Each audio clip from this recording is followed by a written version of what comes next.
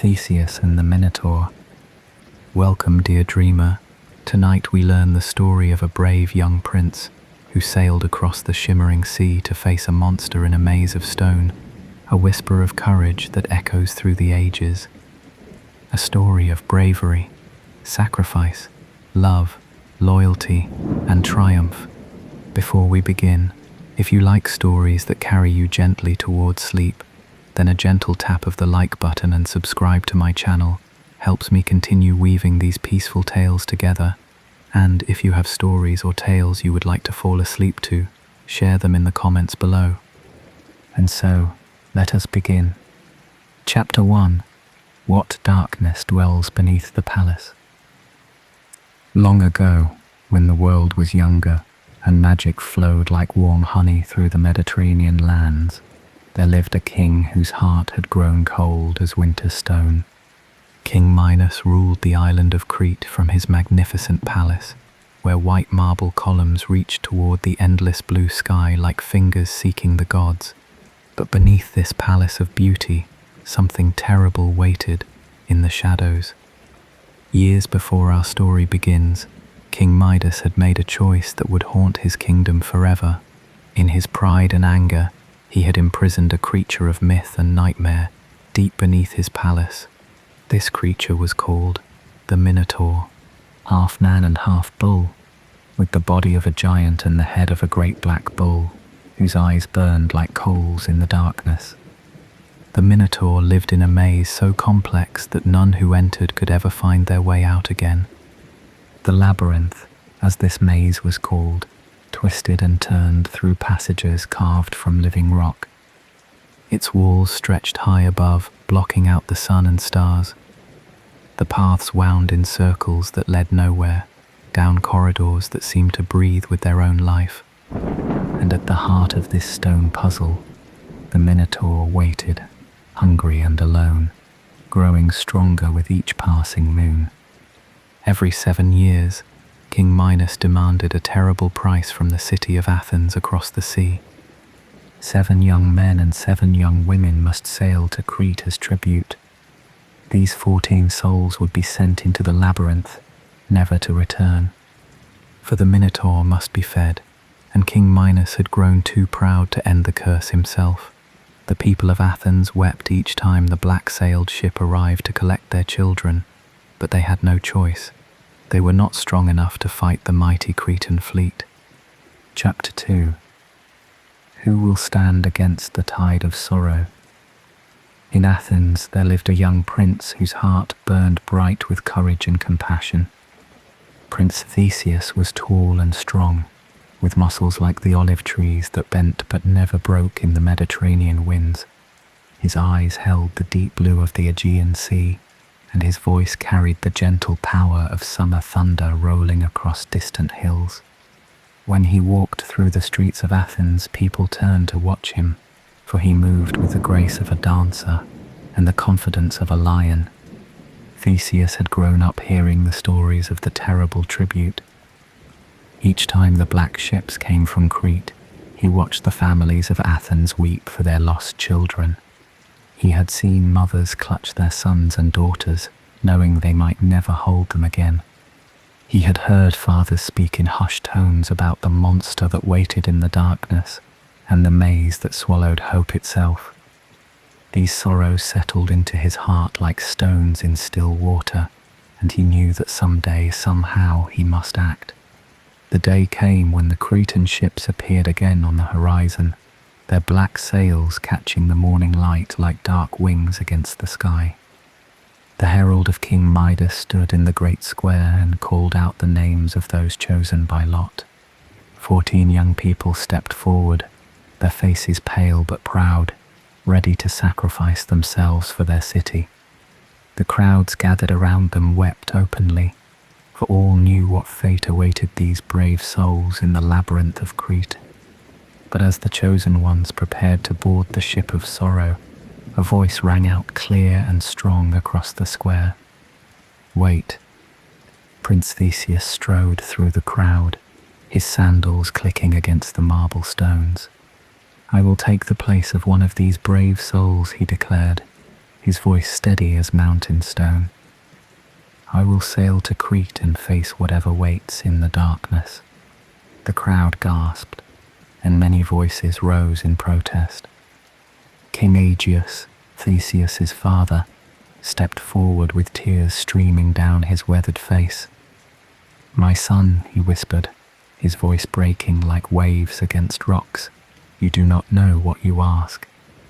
The labyrinth has never given back what it takes. If you go, I fear I will never see you again." But Theseus placed his strong hands gently on his father's shoulders and looked into his eyes with all the love in his heart. "Father," he said softly, "I cannot stand by while others suffer for our city's safety. Perhaps I can find a way to end this curse forever. Trust in me and in the gods who guide our steps." Then he made a promise that would echo through the years like a bell in the wind. "When I return victorious, I will change these black sails to white, so you will know from the harbour that your son comes home in triumph." Chapter 3. What secrets hide behind palace walls? The ship to Crete moved like a great black swan across the wine-dark sea. The wind filled its sails with sighs, and the waves lapped against its hull with the rhythm of a sleeping heart. Theseus stood at the bow, watching the island of Crete grow larger on the horizon, its white cliffs rising from the sea like the walls of a dream. Behind him, the 13 other young Athenians sat quietly, some praying to the gods, others simply watching the dolphins that danced in the ship's wake. As they sailed closer to the harbour, Theseus could see the great palace of King Minos spreading across the hillside like a white and golden flower. Its terraced gardens cascaded down toward the sea, filled with olive trees and flowering vines that perfumed the air with sweetness.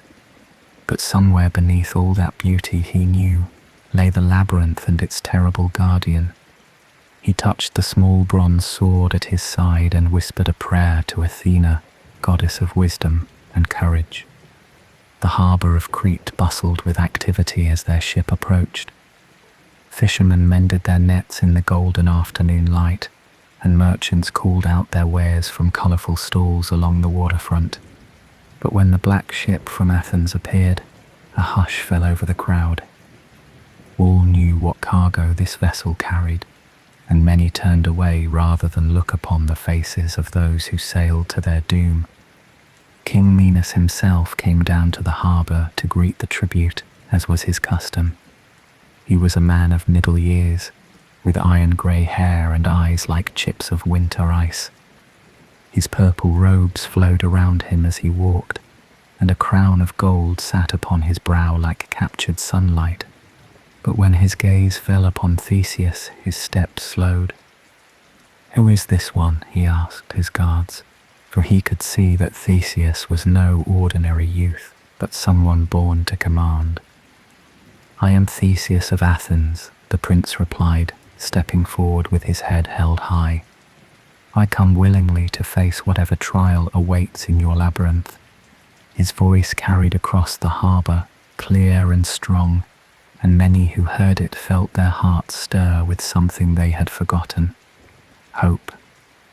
King Midas studied the young prince for a long moment, and something flickered in his cold eyes.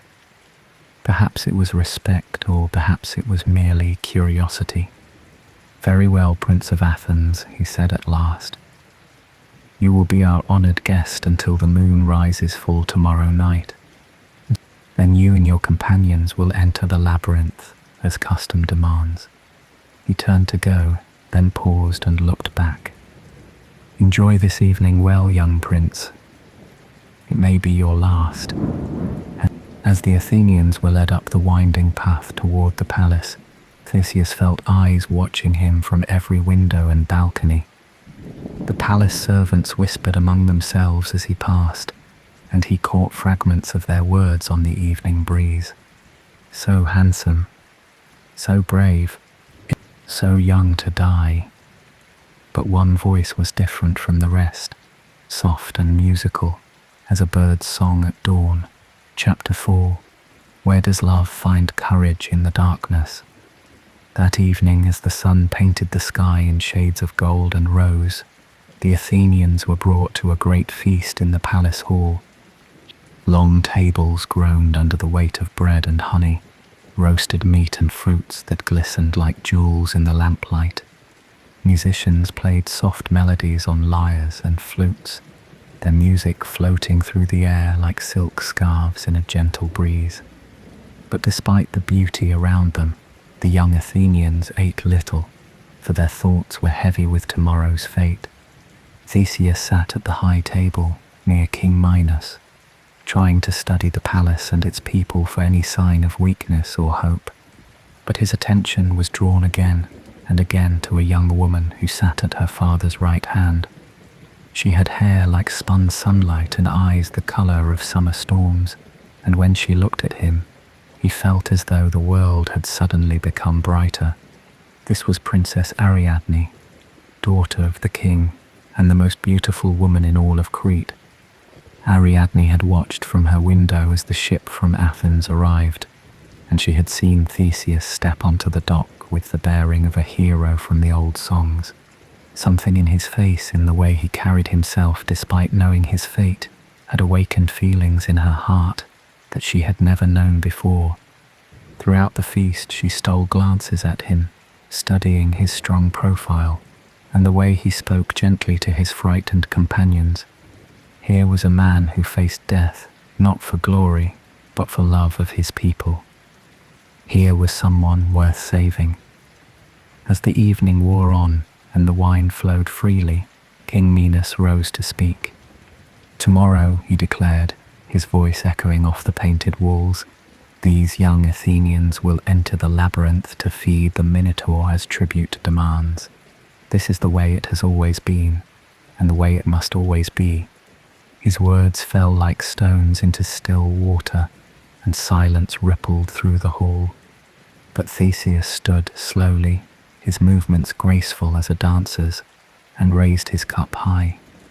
"Then let us drink," he said, his voice warm and clear, "to courage in the face of darkness, to friendship that does not fail, to love that conquers fear." He looked directly at Ariadne as he spoke these last words, and she felt her cheeks grow warm as summer roses. "And to hope," he continued, "that light will always find a way to shine, even in the deepest maze." The other Athenians raised their cups as well, and even some of the Cretans found themselves moved by the prince's words. Later that night, when the palace had grown quiet and the guards dozed at their posts, a soft knock came at Theseus's door. He opened it to find Princess Ariadne standing in the moonlit corridor, wrapped in a cloak the color of midnight. Her face was pale but determined, and in her hands she carried a small basket covered with silk.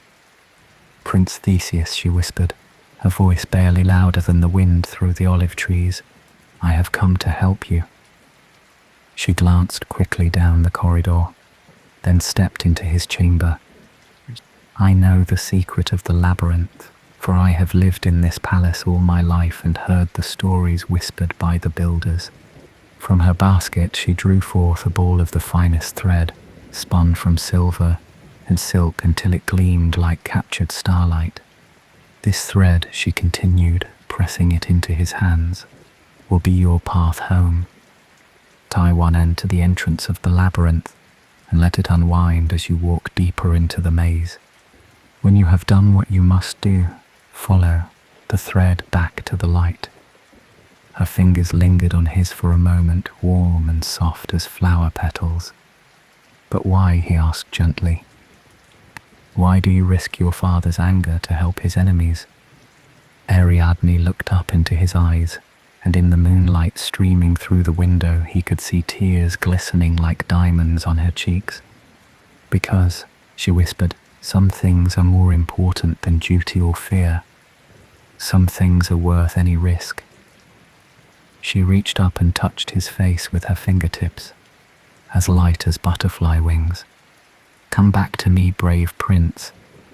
Come back, and I will sail away with you to whatever land will have us." Then she was gone, disappearing into the shadows like a dream made of moonlight and hope. Chapter 5. What beast lurks in the heart of stone? The next evening arrived like a great dark bird, settling over the palace.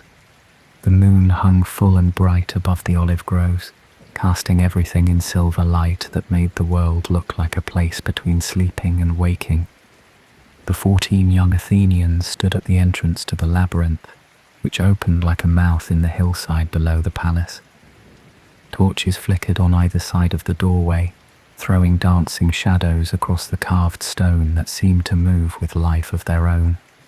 King Minos stood watching from a balcony high above, his figure dark against the star-scattered sky. Palace guards surrounded the entrance, but they kept their distance from the labyrinth itself, for even the bravest among them feared what dwelt within those twisting passages. The air smelled of night-blooming jasmine and the salt spray from the sea, but underneath it all was another scent, something ancient and wild and dangerous. Theseus touched the ball of thread hidden beneath his tunic, feeling its smooth weight against his heart. Then he turned to his 13 companions and spoke to them in a voice soft as summer rain. "My friends," he said, "I do not know what we will find in the darkness ahead, but whatever comes, we face it together. Stay close to me and trust in the gods to guide our steps." Some of the younger ones were weeping quietly, but they all nodded and pressed closer to their prince. The great bronze doors of the labyrinth swung open with a sound like thunder rolling across distant mountains. Beyond them lay only darkness, thick and heavy as black wool. Cool air flowed out from the depth, carrying with it strange echoes and the whisper of things unseen. Theseus stepped forward first, his sandals clicking against the stone threshold, and one by one his companions followed him into the maze that had never released its prisoners. Inside the labyrinth, the walls rose high above their heads, carved from living rock and polished smooth by countless years. The passages were wide enough for several people to walk side by side, but they curved and branched in ways that confused the eye and mind. Torches burned in brackets along the walls, but their light seemed to be swallowed by the darkness, creating more shadows than illumination. Theseus quickly tied Ariadne's thread to an iron ring beside the entrance, then let it unwind slowly as they walked deeper into the maze. They walked for what felt like hours, the thread trailing behind them like a silver lifeline. The passages twisted left and right, climbed up steps carved into the rock, then descended again into chambers where the air grew thick and warm. Sometimes they heard sounds echoing from distant corridors, strange scraping noises, all low rumblings that might have been the wind, or might have been something else entirely. The younger Athenians stayed close together, their breathing quick and frightened, but Theseus led them steadily onward toward whatever waited at the heart of the maze. Then, as they rounded a corner into a vast circular chamber, they heard it. Breathing. Slow, deep breaths like the sighing of a great bellows echoing off the stone walls until the very air seemed to pulse with life. And with each breath came a sound that made their blood turn cold. The scrape of hooves against stone, and the low rumble of something large stirring in the darkness ahead. The torchlight flickered and danced, throwing wild shadows across the chamber walls, and in those shadows something moved. "Stay behind me," Theseus whispered to his companions, drawing his bronze sword from its sheath. The blade caught the torchlight and threw it back in flashes of gold and copper. "No matter what happens, do not run. The thread will guide us home, but only if we stay together." His voice was steady and calm, but his heart hammered in his chest like a bird trying to escape its cage. From the deepest shadows of the chamber, 2 eyes appeared, red as embers, large as shields, burning with an intelligence that was both animal and something more. Then came the hooves, each one as broad as a dinner plate, striking the stone floor with sounds like thunder. And finally, the Minotaur stepped into the light. Chapter 6. How does courage face the impossible? The Minotaur was larger than any man, with shoulders broad as the doors of a temple and arms thick as ancient tree trunks. His body was that of a giant covered in coarse hair and corded with muscles that rippled under his dark skin. But his head was that of a great black bull, with horns that curved like crescent moons, and eyes that burned with fury and endless hunger. When he breathed, steam rose from his nostrils like smoke from a fire, and when he moved, the very stones beneath his feet seemed to tremble. For a moment that stretched like eternity, the beast and the prince stared at each other across the chamber. The Minotaur's head swayed slowly from side to side, studying these new intruders in his domain. Behind Theseus, the other Athenians pressed together in terror, some covering their eyes, others unable to look away from the monster that had haunted their nightmares since childhood. The only sounds were their quick, frightened breathing and the slow, measured steps of the Minotaur as he began to circle them like a hunter stalking his prey. So the Minotaur spoke, and his voice was like the rumble of earthquakes deep in the earth. "More young ones come to feed me. How long has it been since the last?" He laughed, and the sound echoed through the chamber like stones falling into a deep well. Time moves strangely in this place of darkness. Sometimes I think I have been here forever, and sometimes I wonder if I am only dreaming. His great head turned toward Theseus, and his red eyes narrowed. "But you, young prince, you are different from the others. I can smell the courage on you like perfume." Theseus stepped forward, raising his sword so that its bronze blade caught the torchlight. "I am Theseus of Athens," he said, his voice ringing clear and strong in the stone chamber. "I have come to end the curse that binds you to this place and brings sorrow to both our peoples." The Minotaur snorted, sending puffs of steam into the cool air. "End the curse," he rumbled.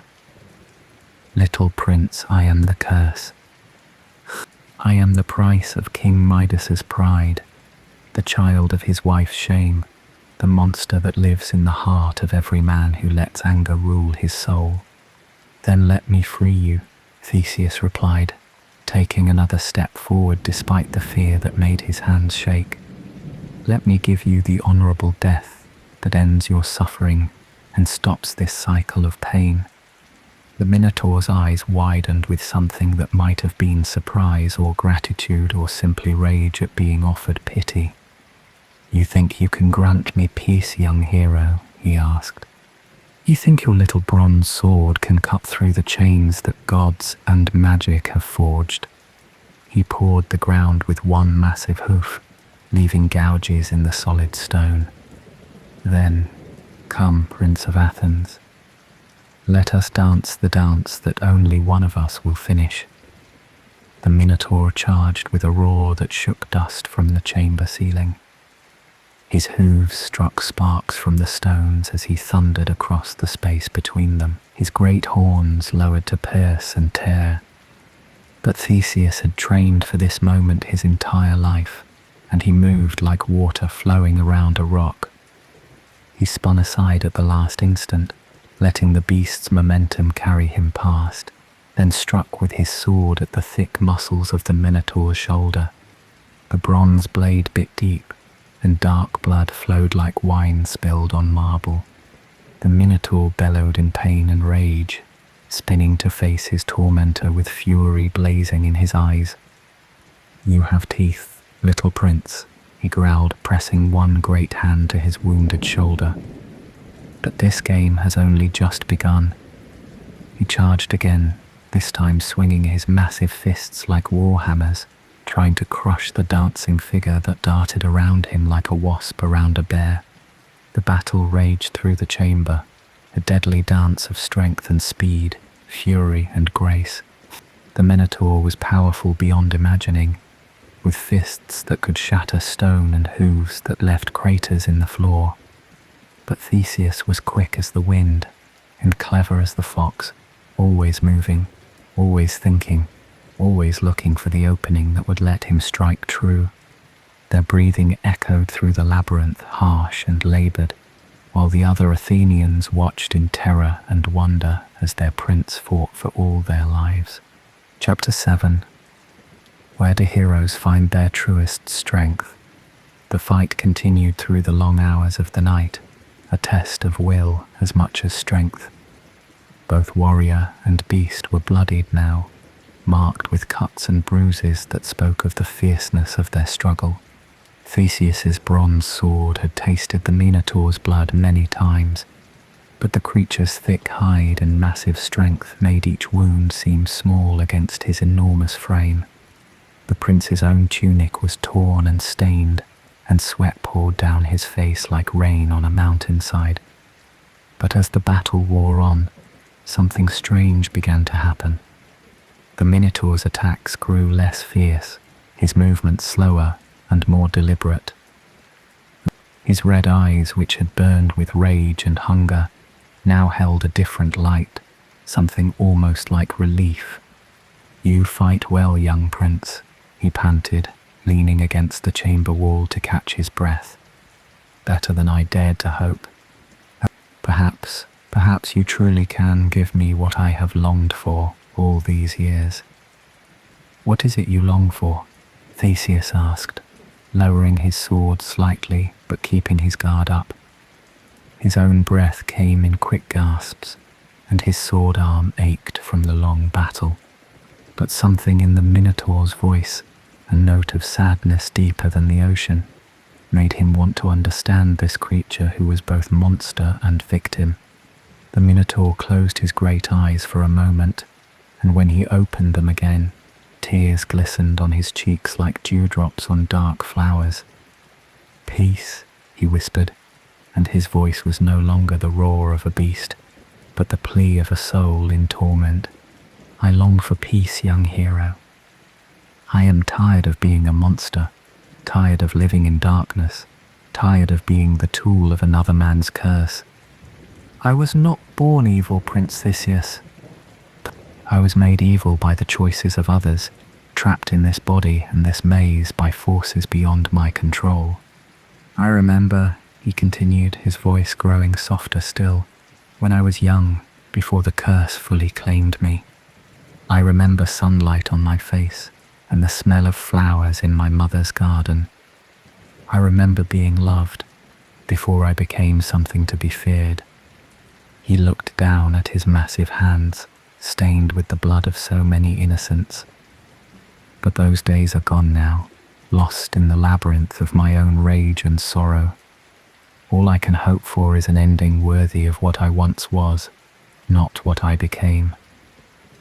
Theseus felt his heart break for this creature who had suffered so much.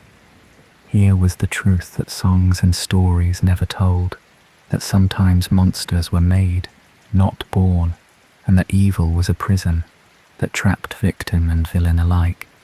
"Then let me grant you that ending," he said gently, raising his sword one final time. "Let me give you the peace you deserve and the honor that was stolen from you." The Minotaur nodded slowly, and for the first time since entering the labyrinth, he smiled. It was a sad smile, but peaceful, like the face of a man finally coming home after a long and difficult journey.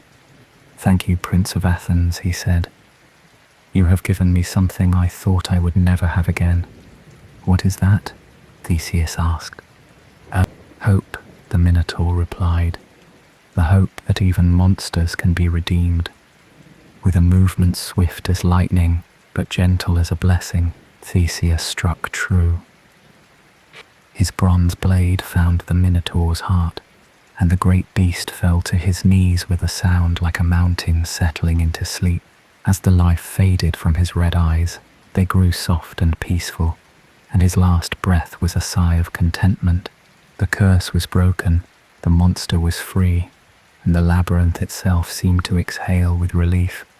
Chapter 8. What paths lead back to the light? In the sudden silence that followed the Minotaur's death, the labyrinth felt different. The oppressive weight that had pressed down on them since entering the maze seemed to lift like morning mist, and even the shadows appeared less dark and threatening.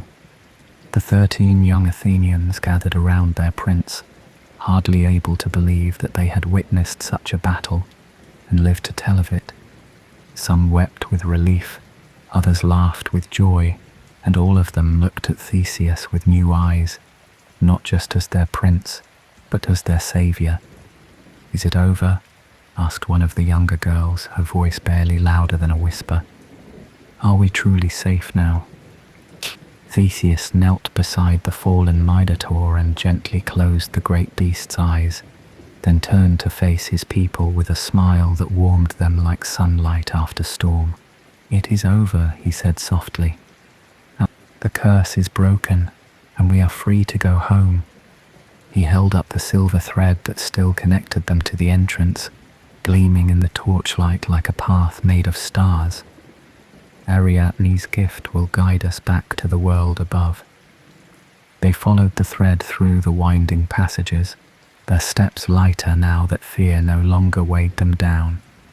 The labyrinth that had seemed so confusing and dangerous on their way in now felt like just another maze of stone, empty of malice or threat. Some of the Athenians picked flowers that grew in the cracks between stones, already planning to take them home as proof of their incredible journey. When they finally emerged from the labyrinth into the cool night air, the stars seemed brighter than ever before, and the moon smiled down on them like a benevolent goddess. The palace above was dark and quiet, for the hour was late and most of its inhabitants slept peacefully, unaware that history had been made in the depths below their feet. But one figure stood waiting in the shadows of the olive grove, Princess Ariadne, wrapped in her midnight cloak, her face pale with worry and hope. "You're alive," she whispered against his chest, her voice thick with tears of joy. "I waited here all night, watching the entrance, praying to every god I know to bring you back to me." Theseus held her close, breathing in the sweet scent of jasmine in her hair, feeling the warmth of her body against his own. "Come with us," he said softly, pulling back to look into her storm-colored eyes. "Sail away to Athens where we can be free to love without fear or shame. Let me spend the rest of my days showing you how grateful I am." Ariadne smiled through her tears, and it was like watching the sun rise over the sea. "I would follow you to the ends of the earth, brave prince," she replied. "My heart chose you the moment I saw you step onto our dock with hope in your eyes." Working quickly and quietly, they gathered supplies for the journey home, food and water, warm cloaks against the sea wind, and gold enough to start a new life in Athens. Ariadne knew every secret passage in the palace, every guard's routine, every way to move unseen through the corridors where she had grown up. She led them down to the harbour where their ship waited, its black sails furled like sleeping wings against the starry sky.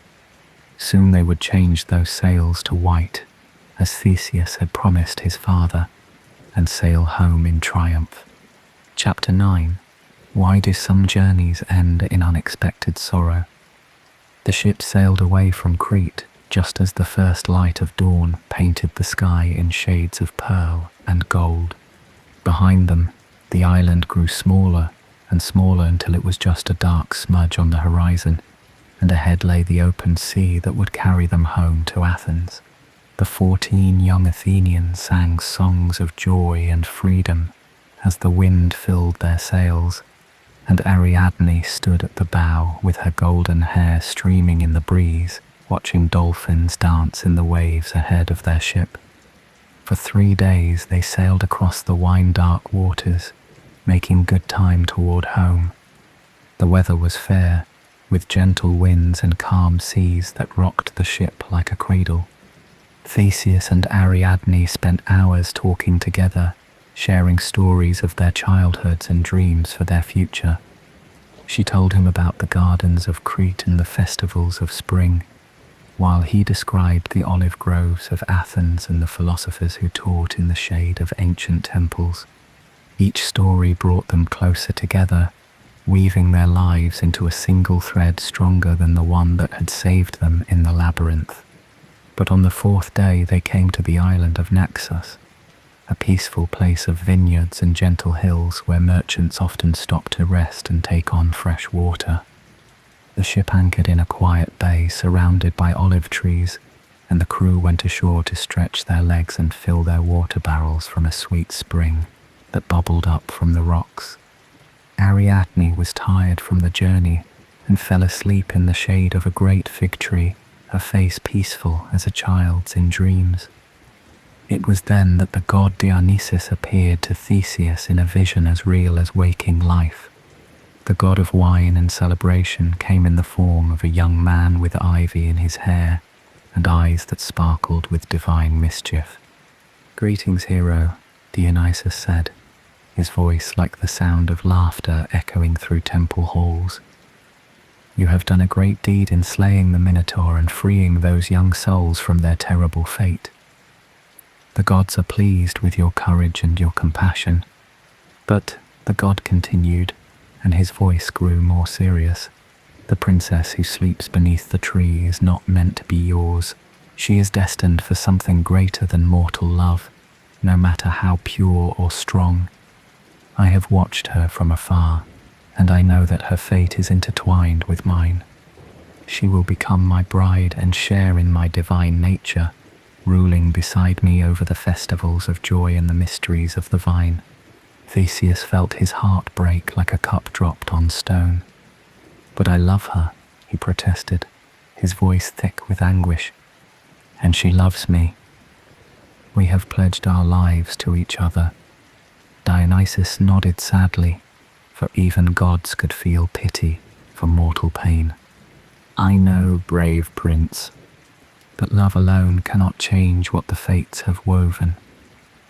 If you try to keep her with you, she will wither and die like a flower torn from its proper soil.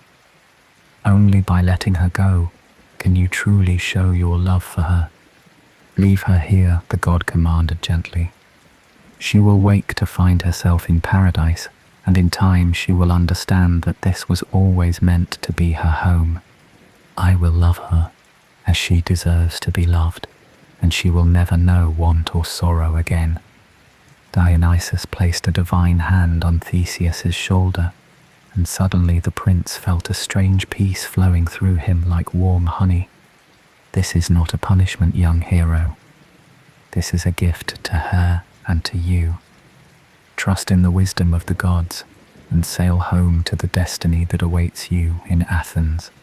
With tears streaming down his face, Theseus kissed Ariadne's sleeping forehead one last time, breathing in the sweet scent of her hair and memorizing the gentle curve of her cheek.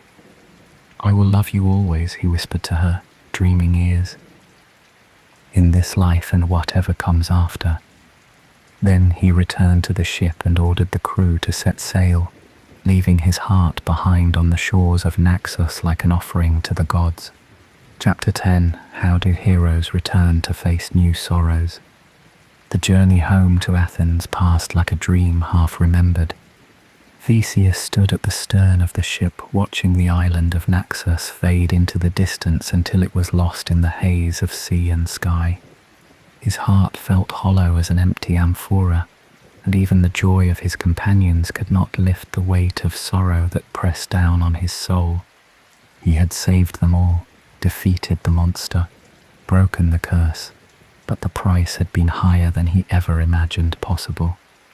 The other Athenians tried to comfort their prince, understanding from his silence what had happened on the island. They spoke softly among themselves of the strange ways of the gods, and how even heroes must sometimes sacrifice their deepest desires for the greater good.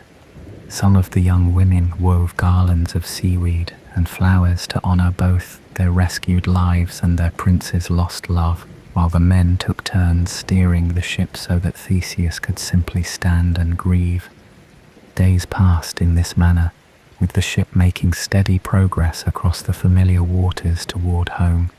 But Theseus, lost in his sorrow over Ariadne, had forgotten completely about the sails and the promise he had made to his father. The black canvas continued to snap and billow in the Mediterranean wind, carrying its message of doom to any who might see them approaching Athens. King Aegeus stood on the high cliffs overlooking the harbour, as he had stood every day since his son sailed away to Crete. His weathered hands shaded his eyes as he searched the horizon for any sign of a returning ship. Other times, when ships had returned from the terrible tribute, they had carried black sails that announced the death of Athens' children. He had told himself over and over that this time would be different, that his brave son would find a way to survive where so many others had perished. But as the days stretched into weeks, doubt had crept into his heart like winter frost. When the ship finally appeared on the horizon, King Aegeus squinted at its distant sails, trying to make out their colour. At first he thought they might be white, and hope bloomed in his chest like spring flowers after a hard winter. But clouds passed over the sun, casting shadows that made the sails look dark, and the old king's eyes were not as sharp as they once had been. As the ship drew closer, the shadows deepened, and Aegeus became convinced that the sails were black. His son was dead. His beloved Theseus had perished in the labyrinth like all the others before him. The grief that crashed over King Aegeus was like a great wave that swept away all reason and hope. He could not bear to live in a world without his son, could not face the prospect of ruling Athens while knowing that he had failed to protect the one person he loved most in all the world. Without a word to the guards who stood beside him, without a thought for his kingdom or his people, the old king stepped forward to the edge of the cliff and fell. Far below, the waves of the sea that would forever after bear his name, the Aegean, closed over the body of the king who died of a broken heart. By the time Theseus's ship reached the harbour, and the prince realized his terrible mistake with the sails, it was too late. His father was gone, claimed by the same sea that had carried his son safely home. Victory and defeat, joy and sorrow, triumph and tragedy, all mixed together like wine and water, impossible to separate. Theseus knelt on the dock where he had stood so boldly just weeks before and wept for the father who had died thinking his son was lost forever. The other Athenians gathered around him, their own tears falling like rain on the wooden planks. They had escaped the labyrinth and defeated the monster, but they could not outrun the cruel ironies that the fates wove into every hero's tale. Even in victory, there was loss. Even in triumph, there was sorrow. This was the price that heroes paid, not just in blood and courage, but in the pieces of their hearts that were left behind on distant shores or lost in the shadows of their own mistakes. Epilogue: where do all stories find their rest? And so ends the tale of Theseus and the Minotaur, a story as old as the stones of Athens and as endless as the wine-dark sea. The young prince became a king that very day, for such is the way of kingdoms when their rulers fall. He ruled wisely and well for many years, always remembering the lessons he had learned in the labyrinth about courage and compassion, about the difference between monsters and men. Sometimes on quiet evenings when the Mediterranean wind whispered through the olive groves, King Theseus would stand on his palace balcony and look toward the west, where somewhere beyond the horizon lay the island of Naxos. He would think of Ariadne among her vines and flowers, happy in her divine marriage, and he would smile to know that she had found the joy she deserved. And sometimes, just sometimes, he could swear he heard her laughter carried on the evening breeze, bright and clear as silver bells. The people of Athens told and retold the story of their king's great adventure, adding new details with each telling until it became the stuff of legend. They spoke of the thread that saved them all, and the princess who loved a hero enough to let him go. They remembered the Minotaur not as a monster, but as a soul finally granted peace. And they honored King Aegeus, who loved his son so much that he could not bear to live without him. But perhaps the truest part of the story is this, that even in the darkest labyrinth, even when facing the most terrible monsters, love finds a way to light the path home. Whether it is the love between friends who face danger together, or the love of a woman who risks everything to save a stranger, or even the love between enemies who recognize each other's pain, love is the thread that connects all hearts and guides all souls back to the light. And so our tale draws to its gentle close, like moonlight fading into dawn. Sleep well, dear dreamer, and may peaceful visions fill your rest. I look forward to sharing another soothing story with you soon. Good night.